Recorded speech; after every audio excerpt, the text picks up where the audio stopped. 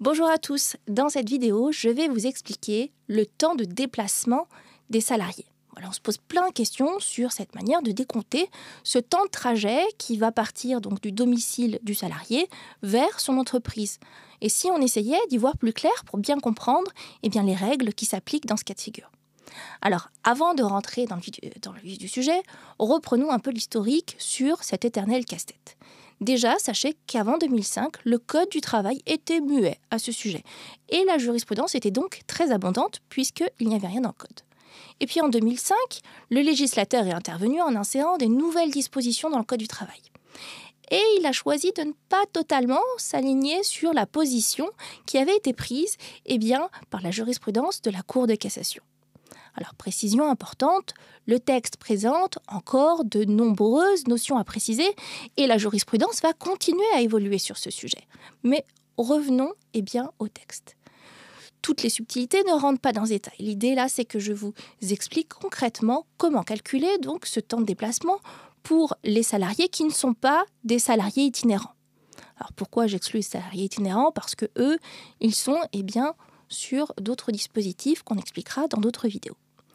Donc là, je vous parle vraiment des salariés non itinérants, ceux qui ont un lieu de travail fixe, habituel, sur lequel ils vont se rendre. Et on est bien entendu hors hypothèse où votre convention collective, les contrats de travail ou les usages seraient plus favorables. Alors qu'est-ce qu'il faut retenir de la réforme que j'évoquais tout à l'heure, au-delà d'une générale imprécision ? Déjà, sur la notion de temps de travail effectif. Là, on voit clairement qu'il y a une volonté d'exclure ce temps de trajet de la notion de temps de travail effectif. Alors, pourquoi on a besoin de cette notion de temps de travail effectif ? Rappelez-vous, pour le déclenchement, par exemple, des heures supplémentaires, pour vérifier si les durées maximales du salarié sont respectées, pour identifier les amplitudes du salarié sur une journée de travail. Et donc là, comme je vous le dis, le trajet domicile vers le lieu de travail habituel du salarié, le Code nous dit que ce n'est pas du temps de travail effectif. Bon, en vrai, le Code, il ne parle pas exactement de trajet domicile-lieu de travail, mais il parle du temps pour se rendre sur le lieu d'exécution du contrat. Mais passons. Donc, ce temps de trajet, celui entre le moment où le salarié quitte son domicile pour aller sur son lieu de travail habituel, ce n'est pas du temps de travail effectif, donc on ne va pas le décompter dans sa journée pour vérifier combien d'heures concrètement il aura travaillé à la fin de la journée. Il ne compte pas, on neutralise ce temps, ce n'est pas du temps de travail effectif. Maintenant, si le temps de trajet, il dépasse le temps normal. Habituellement, un salarié mettrait 1 heure à faire un trajet pour se rendre à son lieu de travail habituel. Et là, il met 2 heures parce qu'il doit aller à un autre endroit. Même si ce temps se situe pendant l'horaire de travail, le Code nous dit qu'il ne s'agit toujours pas de temps de travail effectif. Ce qui signifie, comme je vous le disais, qu'on ne va pas déclencher d'heures supplémentaires pour ce temps qui dépasserait le temps habituel de trajet.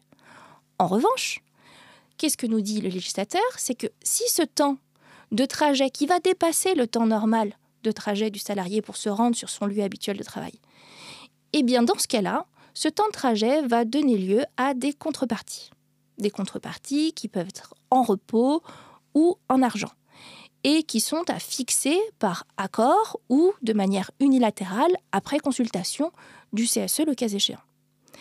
Et ce temps de trajet, il ne doit pas avoir d'impact sur le salaire s'il coïncide avec l'horaire de travail. Donc ce n'est pas parce que ce n'est pas du temps de travail effectif qu'on va venir retirer du salaire du salarié, ce qui correspondrait à un temps de trajet qui collerait à ses horaires de travail habituels. Bon, là, vous n'avez pas tout compris, mais c'est normal. Reprenez à tête reposée le schéma et ce que je viens de vous dire pour bien assimiler tout ce que je viens de vous dire. Mais prenons un exemple pour bien comprendre. Nous avons Robert qui travaille habituellement à Paris. Il travaille habituellement à 8 heures le matin, pour un temps de trajet, on va dire, de 30 minutes. Et il part donc habituellement à 7h30 de chez lui. Exceptionnellement, il a une réunion lundi à Marseille. Et pour se rendre à cette réunion, il part à 5 heures pour prendre un avion qui sera à 6 heures du matin. Et puis après, il a encore du métro, du bus, une fois sur place, pour arriver à cette réunion qui sera fixée à 10 heures. Entre 5 heures et 7h30, on est clairement sur un temps de trajet qui dépasse son temps de trajet habituel, puisque lui, d'habitude, il met donc 30 minutes pour aller au travail et à 8 heures, il est arrivé.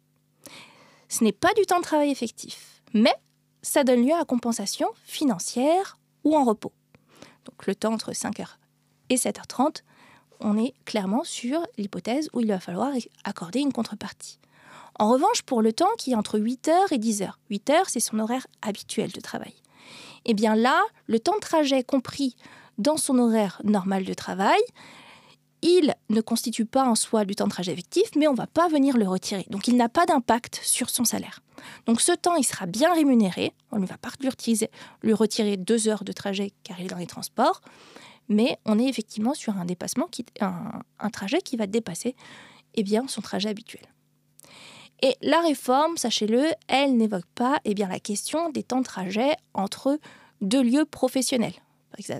Par exemple, entre le lieu de travail habituel et le lieu de mission, c'est-à-dire ou éventuellement entre 2 lieux de mission. Mais il y a peu de chances dans ce contexte qu'on considère qu'il ne s'agit pas d'un déplacement professionnel. L'hypothèse que j'évoquais juste avant, des trajets domicile-lieu-travail, il faut bien qu'il y ait pour point de départ ou pour point d'arrivée le domicile du salarié. Et c'est dans cette hypothèse-là qu'on va appliquer les règles que je viens de vous donner. Donc là, rappelez-vous, on était sur l'hypothèse des salariés hors salariés itinérants. On se retrouve bientôt pour une vidéo où on parlera cette fois des salariés itinérants pour être complet sur le sujet. Merci et à bientôt.